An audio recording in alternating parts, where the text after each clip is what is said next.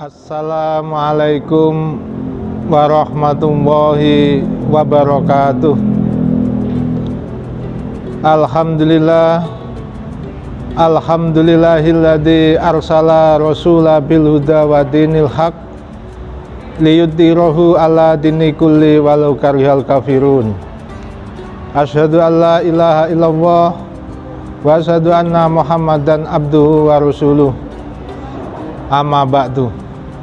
Alhamdulillah, pada kesempatan yang berbahagia ini kita masih mendapatkan rahmat, hidayah dan taufiknya kepada kita sekalian, sehingga kita dapat menjalankan ibadah puasa pada bulan Ramadan tahun ini dalam keadaan sehat walafiat. Mudah-mudahan sholawat serta salam tetap tercurah kepada junjungan kita Nabi besar Muhammad Sallallahu Alaihi Wasallam yang telah membimbing kita dari jalan kebodohan jahiliyah menuju jalan yang terang benderang, yaitu ad-din al-Islam. Pada kesempatan kali ini saya akan menjelaskan tentang surat Al-Asr.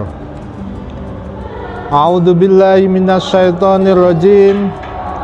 Saya berlindung kepada Allah dari godaan setan yang terkutuk. Setan baik yang berasal dari jin maupun manusia. Bahwa segala sesuatu yang menyebabkan kita menjauhkan dari perintah-perintah Allah, maka itu bisa juga disebut setan. Misal dengan HP kita akhirnya tidak melaksanakan sholat, tidak membaca Al-Quran karena asik dengan kegiatan yang ada di HP kita, bahwa HP itu pun bisa dianggap sebagai setan. Kita punya kekayaan, dengan kekayaan itu kita malah melenakan, menjauhkan dari nilai-nilai keagamaan, nilai-nilai ketakwaan, maka harta itu pun bisa disebut setan. Kita punya anak, dengan mengurus anak akhirnya kita lupa tidak melaksanakan sholat 5 waktu, maka anak itu pun bisa dianggap setan. Sehingga kita tidak membatasi bahwa setan adalah wujud hanya dari jin saja, bisa juga berupa manusia apabila manusia itu, misalkan manusia itu berupa teman, karena ajakan teman kita melakukan kejahatan-kejahatan, kita melakukan kedoliman-kedoliman, maka teman itu adalah setan. Bismillahirrahmanirrahim, dengan menyebut nama Allah yang maha pengasih lagi maha penyayang. Apabila kita melakukan aktivitas-aktivitas apapun itu tujuan untuk kebaikan, maka kita mengucapkan bismillah, selalu menyebut nama Allah. Apabila kita menyembelih kurban, menyembelih binatang, maka itu dianggap halal kalau kita pada saat menyembelih sudah menyebut bismillahirrahmanirrahim. Sehingga segala perilaku perbuatan kita, apabila kita sudah menyebut basmalah, diniatkan karena hanya ingin mencari ridha Allah Subhanahu wa taala, maka semuanya nilai ibadah. Wal asri, demi masa, demi waktu. Kalau orang Arab mengatakan waktu as-saif adalah waktu adalah pedang. Apabila kita tidak bisa memanfaatkan waktu dengan baik, maka pedang itu akan menggilas kita. Apa yang kita rencanakan, tetapi karena kita tidak bisa memanfaatkan waktu, maka rencana tidak akan berjalan dengan baik. Kalau orang barat mengatakan time is money, waktu adalah uang. Ini berarti semata-mata kegiatan duniawi hanya karena uang. Kalau seorang belajar, waktu adalah ilmu, berarti menyiapkan waktu, tidak memanfaatkan dengan baik, maka ilmu yang kita peroleh akan sedikit. Bagaimana yang betul? Yang betul adalah waktu adalah ibadah. Sehingga kita mengerjakan segala sesuatu ada ibadah mahdo yang berkaitan langsung kepada Allah, ada ibadah ghairu mahdo, yaitu ibadah yang berkaitan dengan manusia atau makhluk yang lain. Innal insana lafi khusrin, sesungguhnya manusia itu adalah merugi. Illal ladzina amanu, kecuali orang-orang yang beriman. Berarti orang yang tidak beriman di dalam surat Al-Asr maka akan merugi,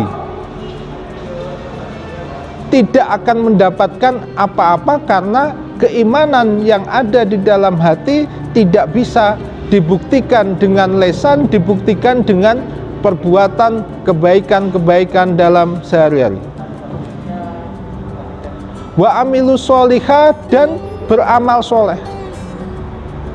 Amal soleh bisa berupa zakat, infak, sedekah, bisa berupa ilmu, bisa berupa harta, bisa berupa jasa, keahlian, pengetahuan yang kita miliki. Segala sesuatu yang itu bisa bermanfaat bagi orang lain, maka itu dianggap sebagai amal soleh.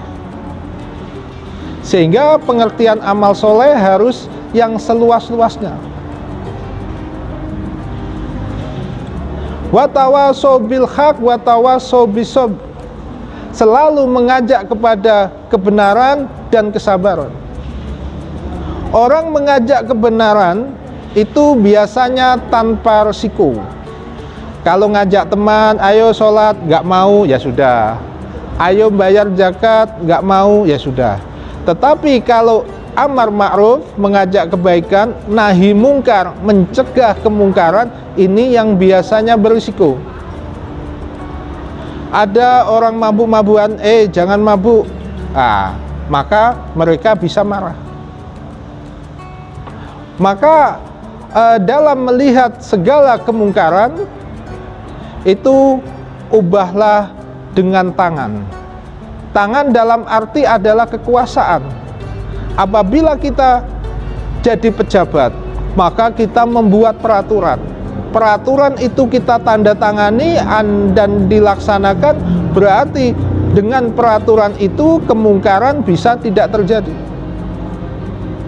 Ubahlah dengan lesan, berarti dengan nasihat, dengan ucapan. Kalau kita tidak punya kemampuan dengan tangan karena tidak punya kekuasaan, dengan lesan kita tidak mampu menyampaikan hal-hal yang baik, yang terakhir adalah dengan hati. Nah, dengan hati ini akhirnya menjadi selemah-lemahnya iman. Dalam hati kita melihat semua kemungkaran, mudah-mudahan kita tidak melakukan hal yang demikian. Kembali kepada surat Al-Asr, bahwa sesungguhnya manusia itu akan dalam keadaan rugi kecuali orang yang beriman, beramal soleh, selalu mengajak kebaikan dan kesabaran. Kalau mengajak kebaikan tetapi tidak diikuti, ya kita bersabar, kita sampaikan lagi. Kita tidak boleh buat putus asa apa yang kita sampaikan apabila tidak dilaksanakan. Maka apapun itu, kalau itu untuk kebaikan, sampaikanlah. Qulil haqqo walau kana murra, sampaikanlah itu kebenaran walaupun pahit. Sering ada orang itu takut menyampaikan itu sebuah kebenaran karena dirasa itu menyakitkan orang lain, disangka itu ada memberikan resiko-resiko yang besar. Oleh karena itu, bagaimana supaya kita tidak merugi? Maka kita selalu meningkatkan iman, meningkatkan amal soleh, selalu mengajak kepada kebenaran dan kesabaran. Demikian yang dapat saya sampaikan. Mudah-mudahan ada manfaatnya. Terima kasih atas perhatian. Mohon maaf atas kekurangan. Nun wal qalami wa ma yasturun. Wassalamualaikum warahmatullahi wabarakatuh.